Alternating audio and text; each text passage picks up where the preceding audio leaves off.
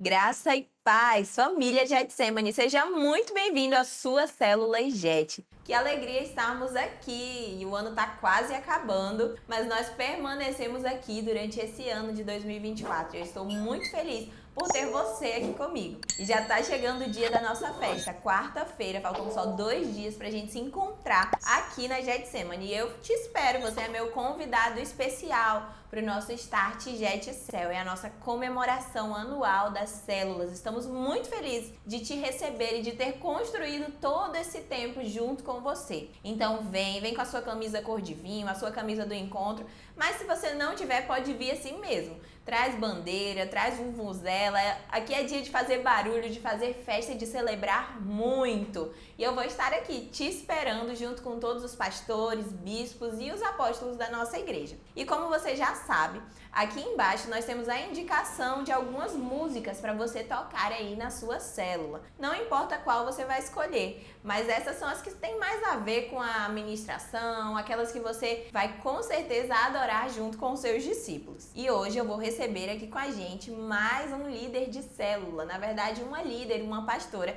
que vai contar o seu testemunho. Então fica aqui com a gente até o final, porque você vai ser muito abençoado.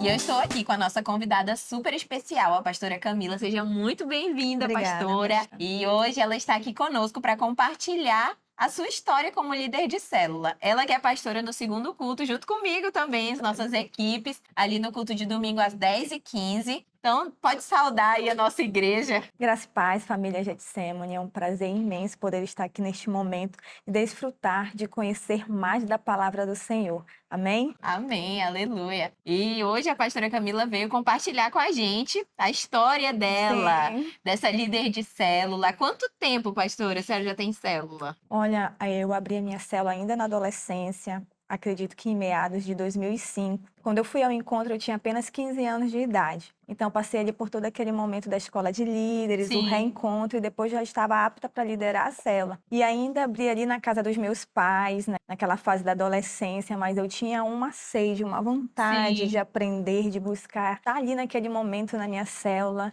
que foi a cada dia sendo acrescida de conhecimento, de bênçãos, de unção. A minha mãe também participava da Olha só que célula. legal. Antes de eu ir para o encontro, eu sempre fui uma adolescente bem difícil, sabe, Sim. pastora? Não dá nem pra imaginar, olhando pra carinha dela. Eu dei bem trabalho para minha mãe, não gostava de estudar. E a partir daquele momento ali, ela me vendo fazer as células, estudando a palavra do Senhor, eu pude ver também o agir de Deus na vida da minha mãe. E ela também foi ao encontro e ficou ali participando das Olha células só que bênção. na casa dos meus pais, na Alvorada. Que legal a gente vê, né, como a célula é importante para a família. Sim. E ainda tem muita gente que não acredita nesse poder de transformação do encontro com Deus. E até um adolescente ali, sendo formado ainda na sua juventude, teve sua vida transformada e começou a sua célula. Mas assim, para quem tá te vendo hoje, vê como pastora, ministrando, pregando nos encontros, como que foi esse começo? Você já começou com tudo assim ou não? Ai, eu comecei tímida. Como que foi? Me Não, conta. como eu bem falei para você, eu fui uma adolescente bem difícil. Então,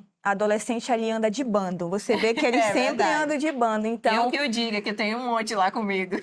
na escola, eu era uma referência não muito boa, né? Não gostava de estudar, não gostava muito de obedecer às regras. E a partir do momento que eu tive a oportunidade de ir ao encontro com Deus e ter ali a minha vida transformada, todo mundo ficou sem Sim. entender o que tinha acontecido. Mas o que aconteceu com ela? De repente, ela mudou. Como foi ali 2005, foi ali no início da visão, desse avivamento Bem no que comecinho. veio e contagiou todos nós. Então, era algo muito diferente, muito novo. E as pessoas ficavam perguntando, mas o que aconteceu com ela? Ah, e aí outros diziam, não, ela foi para a igreja agora, ela está indo para a igreja. Aí uns até diziam assim, vou dar poucos dias para que ela Sim. saia dessa igreja e volte a ser quem ela era. E como as pessoas tinham muita curiosidade em saber o que tinha acontecido comigo, eu tomei uma atitude, pastora. Sim. Eu fui até a sala da diretora, nós tínhamos ali, por média de 20 minutos de intervalo para o lanche, Sim. e eu fui na sala da diretora e eu disse assim, diretora Sandra, eu gostaria de falar com você. Aí ela falou, sim, entre. Quando eu entrei, eu pedi uma sala e uma oportunidade para poder falar da palavra do Senhor ali na escola onde eu Olha estudava. só, que Eu estava legal. no ensino médio, eu estava ali com 16 anos de idade e ela disse, tudo bem, pode pegar a sala que você quiser. E ali naqueles 20 minutos de lanche, eu tive a oportunidade de falar o que tinha acontecido na minha vida, que Jesus tinha entrado na minha vida, mudado a minha história, eu tinha passado pelo encontro, por uma experiência tremenda com Deus. E na época, a diretora até permitiu que a minha discipuladora também entrasse na escola. Olha só que legal. Ela permitiu que ela entrasse na escola e ali nós tivemos uma oportunidade tremenda e que até hoje temos frutos desse Legal. grande avivamento. Ai, que Algumas colegas minhas da época mandam mensagem para mim hoje com seus filhos também na fase da adolescência e elas sempre me dizem, eu sempre te uso como referência para os meus filhos, da tua adolescência, do teu testemunho, de como Deus operou na tua vida e hoje você é uma referência de família, de mulher de Deus e de uma pastora abençoada. E eu fico feliz por isso, porque tudo começou Sim. com aquela pequena reunião. Uma coisa tímida ali, né? Uma coisa é que eu não tinha nem tanto entendimento ainda, a minha base de Bíblia ainda era bem pequena, tanto que a minha Sim. discipuladora entrava para me auxiliar. E foi assim um tempo maravilhoso. Vale muito a pena servir a Deus. Vale Amém. muito a pena você ter uma célula dentro da sua casa. Porque por mais que você não veja os frutos hoje, mas amanhã Amém. certamente você verá, porque a palavra do Senhor jamais ela volta vazia. Amém, amém. Olha só, a história da pastora Camila tem tudo a ver com o nosso lema, né? A gente diz que Deus só precisa de um coração disposto. Sim. Porque às vezes a gente fica esperando um ambiente propício, uma Verdade. situação favorável. Ah, eu ainda não sei a Bíblia o suficiente, como você falou. Ah, eu não tenho um ambiente ali. Você tinha 20 minutos para falar de Jesus para aquelas pessoas e fazê-las entenderem o que tinha Sim. acontecido na sua vida. Verdade. E você usou aquilo que você tinha com sabedoria. Foi. E até hoje está colhendo frutos disso. Amém. E eu acho isso lindo, porque isso incentiva outros jovens. Às vezes nós temos jovens que chegam até nós e dizem,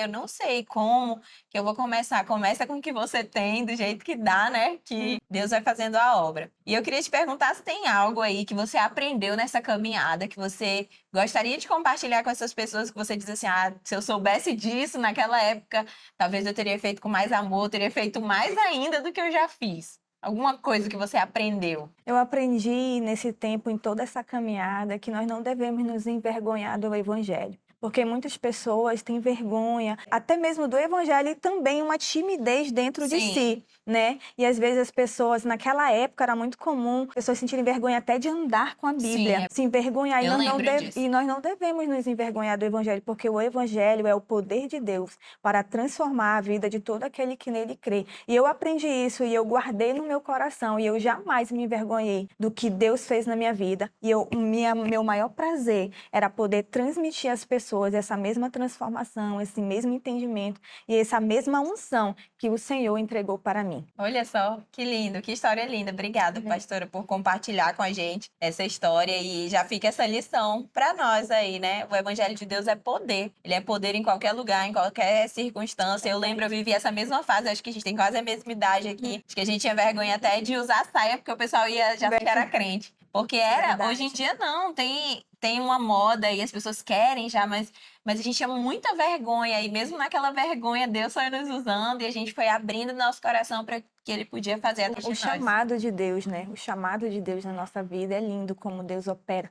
Porque Deus, ele não escolhe também capacitados, né? Ele capacita os seus Sim. escolhidos. E foi assim que o Senhor realizou a obra em nossas vidas. Mulheres Amém. improváveis, Mulheres improváveis. adolescentes completamente ali fora do padrão. E Deus disse assim, não, venha que eu vou operar grandes coisas através da sua vida. Em você e através de você. Aleluia, que bênção, hein? E não vai embora, fica por aqui, porque a Amém. pastora Camila vai encerrar essa parte, mas agora ela vai ministrar uma palavra poderosa que vai Amém. alcançar a sua vida. Amém. Vamos agora para o momento da palavra de Deus. Eu gostaria de compartilhar uma palavra que está no livro de Jó, no capítulo 42, no versículo 10. Olha só o que diz a palavra do Senhor. O Senhor restaurou a sorte de Jó, quando este orou pelos seus amigos. E o Senhor lhe deu o dobro de tudo o que tinha tido antes. Que texto lindo! fala de uma virada extraordinária que aconteceu na vida deste homem. E esse é o tema da ministração de hoje, a virada extraordinária na vida de Jó. Talvez você conheça alguns pontos da história de Jó e pense, Jó talvez tenha sido o homem mais desventurado da história, o que mais sofreu na vida. Jó era um homem íntegro, fiel e temente a Deus. Ao lermos a história de Jó, nós entendemos que todo o processo que ele passou na sua existência foi para cumprir um propósito grandioso da parte de Deus, para que hoje eu estivesse aqui contando a você e também para que muitas gerações também conhecessem a história da integridade deste homem. O processo, muitas das vezes, é doído, é doloroso, nos aflige. Eu não sei qual o processo que você está vivenciando hoje, mas eu quero te dizer que por trás de todo o processo há um propósito de Deus na sua existência. Não desista no meio do processo. Você acha que vai morrer, que vai sucumbir a essa dor, a esse sentimento, a essa frustração diariamente que você possa estar sentindo. Mas Deus manda eu te dizer hoje, permanece até o fim, que Ele certamente te dará a coroa da vida. O processo, ele nos treina, ele nos molda, ele nos amadurece. Em cada processo vivenciado por nós, as nossas raízes são aprofundadas no nosso relacionamento diário com Deus. E isso não é para a morte, é para testemunho e para a glória de Deus. Toda ferida cicatrizada gera uma experiência e toda experiência uma autoridade. Por isso, eu declaro que hoje você viverá a maior e melhor restituição de Deus na tua história. Assim como houve na vida de Jó, Deus fará certamente também na sua história, porque o maior interessado em te abençoar é o próprio Deus. E ao lermos logo ali no capítulo 1 da história de Jó, nós vemos Deus dar testemunho da vida deste homem, do caráter dele, da conduta que ele tinha. O livro nos diz que na terra de Uz habitava um homem cujo nome era Jó, homem íntegro, reto, temente a Deus e que se desviava do mal. O versículo 2 e o versículo 3 logo em seguida vem citando de tudo aquilo que Jó possuía em sua vida, porque Jó não era um dos homens mais ricos do Oriente na era patriarcal. Jó era o homem mais rico do Oriente Médio naquela época. Antes da Bíblia mencionar tudo aquilo que aquele homem possuía, Deus dá testemunho do caráter e da conduta que ele tinha. E essa é uma das primeiras chaves que nos dá acesso ao sobrenatural de Deus, a uma virada extraordinária em nossa vida, é mantermos uma vida íntegra, reta, uma pessoa, um homem e uma mulher que teme ao Senhor e se desvia do mal. Porque quando nós tememos ao Senhor, nós adquirimos sabedoria. Porque o temor ao Senhor é o princípio da sabedoria. E a integridade está relacionada à nossa conduta. Como é a nossa conduta hoje, diante do nosso processo, diante do nosso cotidiano? Deus espera de nós que nós venhamos ser íntegros e fiéis. E a Bíblia vem dizendo ali de tudo aquilo que Jó possuía 10 filhos. Até a quantidade de filhos que Jó tinha fala da sua plenitude. Jó tinha 7 filhos e 3 filhas. O número 10 no Antigo Testamento, ele fala de totalidade. E Jó se levantava nas madrugadas, porque ele dizia assim, talvez algum dos meus filhos possa ter blasfemado contra o nome do Senhor, e eu vou oferecer ao Senhor um sacrifício vivo, um sacrifício santo pela vida de cada um dos meus filhos. E isso também é uma chave que nos dá acesso a uma virada extraordinária. É nós pagarmos o preço e ensinarmos o caminho da retidão, o caminho da vereda da justiça para os nossos filhos, para que eles cresçam e quando eles se tornarem mais velhos, eles não se desviem do caminho do Senhor. A riqueza de um homem era mensurada pela quantidade de animais que ele tinha. Jó havia junta de bois, muitos camelos, ovelhas, cabras, e o Senhor o abençoava de tudo Jó era pleno, Jó era um homem pleno. E logo em seguida, no versículo 6, a Bíblia nos diz que os filhos de Deus vinham se apresentar diante dele. E Satanás também vinha, porque quando a Bíblia fala os filhos de Deus, ela faz menção aos anjos. E Satanás, ainda que caído, destituído, desfigurado, também era anjo. E o Senhor faz uma pergunta: da onde tu vens? E ele diz: de rodear a terra e passear por ela. E ele diz assim: tu viste o meu filho Jó, homem íntegro, justo, reto, temente a Deus e que se desviava do mal. E aí vem a primeira acusação. O inimigo nunca está satisfeito com a nossa vida. O propósito dele sempre será matar, roubar e destruir. E todas as vezes ele vem com acusações, assim como ele veio na vida de Jó. Ele disse assim: também o Senhor o compra com toda sorte de bênçãos. O Senhor mesmo pôs um cerco sobre ele, não somente sobre ele, sobre sua vida e sobre tudo que ele tem. E o Senhor ainda o multiplica em tudo, mas tira tudo isso dele e você vai ver se ele não vai blasfemar contra o nome do Senhor. E Deus então permite que Jó passe por todas aquelas provações. Primeiro, ele atinge nos bens aquisitivos de Jó. Depois ele age na área emocional, ali tirando toda a vida de todos os seus filhos. E depois ele tenta mexer na saúde e na adoração daquele homem. E quando aquele homem está ali, jogado, porque a Bíblia diz que ele ficou com chagas da cabeça à ponta dos seus pés. Ele ficou cheio de chagas, infecções na sua pele. E ele pegou apenas um caco de cerâmica para ali coçar as suas chagas. E a sua mulher veio também usada pelo inimigo. E mesmo assim você ainda se mantém íntegro, amaldiçoa esse teu Deus e morre. E ali mais uma vez ele adora ao Senhor. Ele rasga as suas vestes, raspa a sua cabeça, prostra-se diante de Deus e adora o nome do Senhor.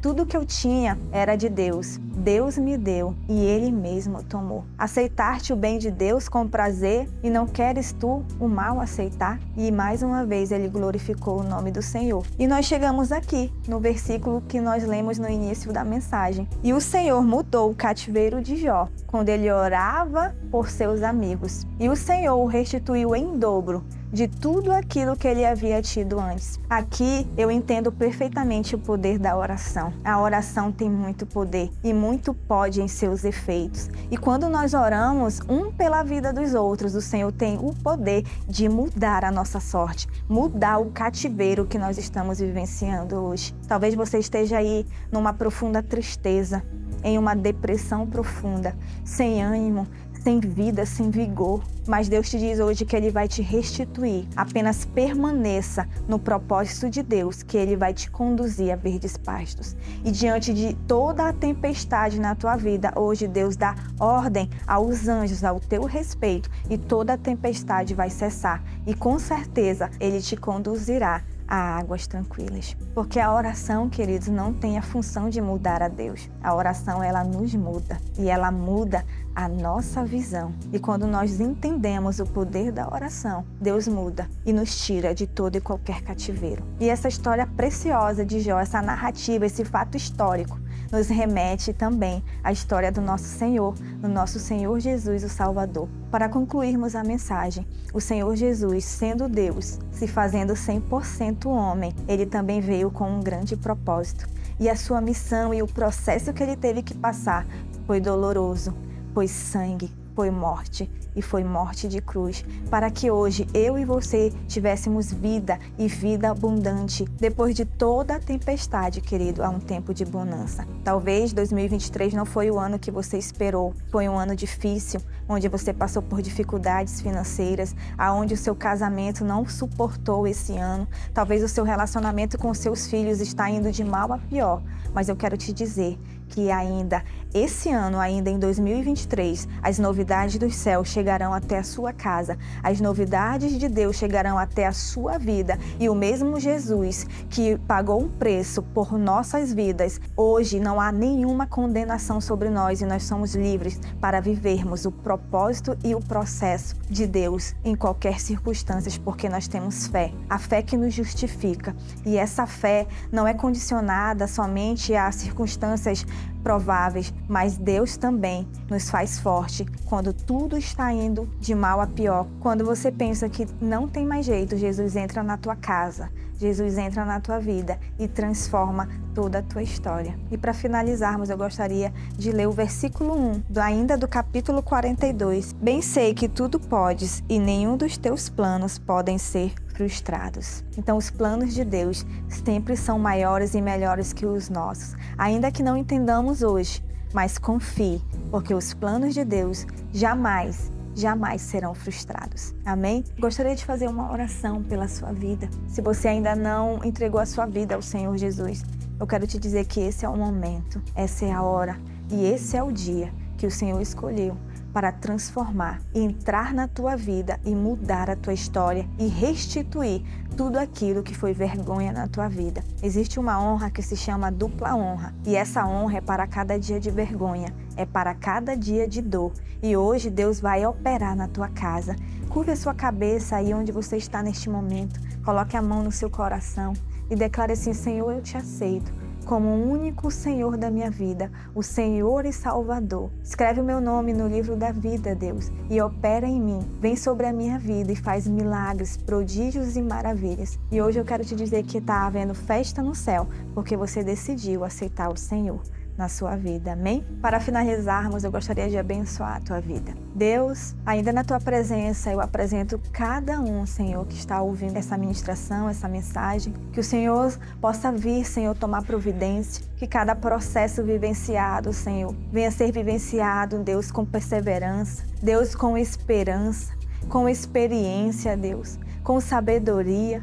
Que o Senhor o conduza, Senhor, a pastos verdejantes, que o Senhor cesse toda a tempestade e os conduzam a águas tranquilas para que eles vivam também, Senhor, o grande propósito que o Senhor tem na vida de cada um. Porque a tua palavra diz que aquele que começou a boa obra em nossas vidas ainda há de completar.